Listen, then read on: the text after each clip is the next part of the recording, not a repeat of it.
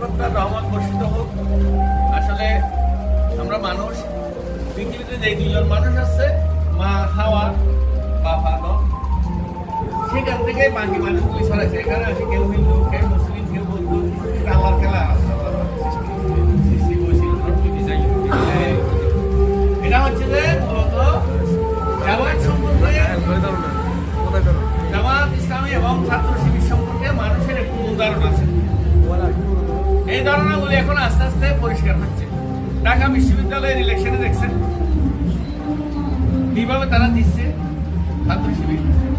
জাহাঙ্গীরনগর বিশ্ববিদ্যালয় নিষিদ্ধ ছিল, শিবির করা নিষিদ্ধ ছিল, কিন্তু তারা বসে নাই, তারা ভিতরে কাজ করে। কি তারা মানুষের চরিত্র গঠন করে, লিডারশিপ তৈরি করে।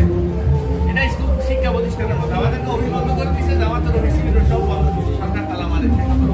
আমার কাজ বন্ধ হয় নাই, আমার করাবো, এটা করে নিয়ে পড়াইতে পারি, কোনো জন্য প্রোগ্রাম করবো, বাছাই করে রোল 1 2 3 4 5 10 প্রথমে 12 ছাত্র বলছি আমরা টার্গেট করি। এই জন্য এই সংগঠনে অল্প সময়ের ভিতরে এত নেতাগুলি মেরে ফেললো তারা। হ্যাঁ, সংগঠনের সামনের দিকে অগ্রসর হয়েছে। এই 2 দিন আগে একটা দেখছেন, বিএনপি মোট 41% জামাত 12 থেকে 31% হয়ে গেছে। 12% ছিল আগে 17 বছর, এখন 131%, মানে বিএনপির কাছাকাছি আছে। সামনে বলা যায় না, এক বছর আর শেষ হবে। টোটাল বিষয়টা হচ্ছে যে আমরা বাংলাদেশের রাজনৈতিক দলগুলি দুই ধারায় বিভক্ত। এক ধারা হচ্ছে যে রাজনীতি করে পয়সা কামানোর জন্য, সোজা হিসাবে অবৈধভাবে চাঁদাবাজি করবে, ব্যবসা বাণিজ্য করবে, বড় নেতারা টিভি নিবে, চ্যানেল কিনবে, সরকার থেকে পত্রিকার অফিস কিনবে, ব্যাংক নিবে, এগুলি করে তারা টাকা কামাবে। আর এক গ্রুপ আছে জামাত এবং ছাত্র শিবির পকেটের পয়সা নিয়ে কি করে রাজনীতি করে। শুধু আল্লাহর কাছে সামাল দেবে।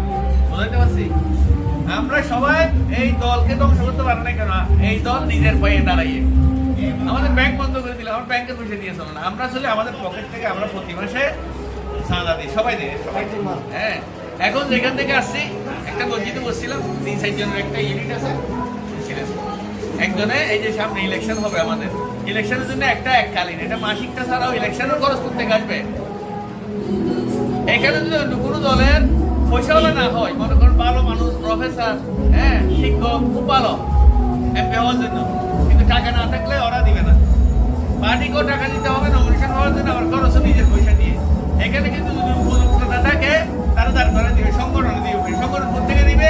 এই যে এখন মসজিদে বসে একজন বলছেন আমি 50,000 টাকা দিব, 7 মাসে ইলেকশন আছে, কিস্তি করে দিবে। আর কেউ বলছেন 20,000 দিব, উনি বলছেন 12,000 দিব। একটা উদাহরণ দিলাম, আমি আগে থেকে ওরা করছি 80,000 টাকা। এবং আমাদের ভাইয়েরা ইলেকশনের জন্য সারা বাংলাদেশ থেকে টাকা কালেকশন করতে হয়েছে। বুঝতে পারছি?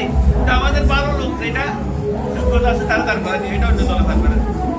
এখন দেখেন বাংলাদেশের কোথাও জামাত শিবিরের সাথে চাঁদাবাজি করে এরকম কোনো রেকর্ড নেই, পতাকা খবর নেন। এখন তো আওয়ামী লীগ না, এখন চাঁদাবাজি চলে না, টমটম থেকে নেয় না, বাজার থেকে নেয় না, কে নিচ্ছে, রেখেও নিচ্ছে। তারা ক্ষমতায় আসলে আরো বেশি দিবে।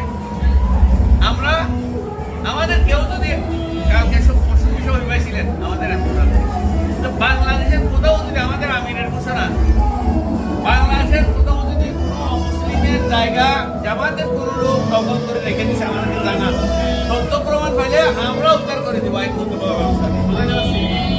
আমাদের সংগঠনটা ঠিক সেরকম একটা সংগঠন। আমরা চাই মানব সেবা করার জন্য।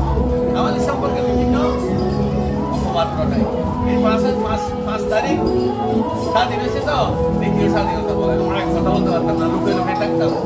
এখন 5 তারিখ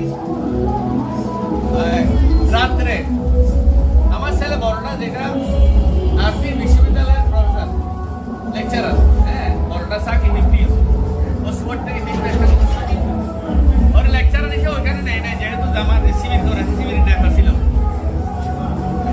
একদম ঢাকায় ছিল কেন্দ্রীয় নেতা। আমার বাচ্চা রাত 11টা বাজে আমরা শুতে যাচ্ছি, তো আমার ছেলে আসতে বলে ওটা খুব বন্ধ হয়ে ফোনটা নিয়ে বাইরে যাচ্ছে। ওর মারা বলে সাকিব কোথায় যাচ্ছে, ওরা সংগঠন থেকে অর্ডার দিয়েছে মন্দির সব পাহারা দিতে হবে আসতে থেকে। বুঝতে পারছি ব্যাপারটা? একজন বিশ্ববিদ্যালয়ের লেকচারার, উদাহরণ দিলাম, শিবিরের কেন্দ্র থেকে বলছে প্রত্যেকটা মন্দির পাহারা দিতে হবে। এই 5 তারিখে ও বাইরে যাচ্ছে, শিবিরের ছেলেরা পাহারা দিচ্ছে।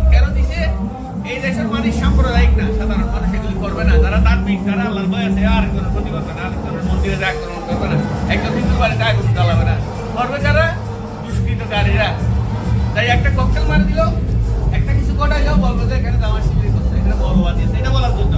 এই জন্য আমরা পাহারা দিই। সাধারণ মানুষ এগুলো করে না, ধার্মিক মানুষ কোনোদিন আরেকজনের বলতে পারবে না, হিন্দু হোক, বৌদ্ধ হোক, খ্রিস্টান হোক। এখন ওই দিন পরশু দিন মিটিং হয়েছে পূজা মণ্ডপের ব্যাপার দিয়ে,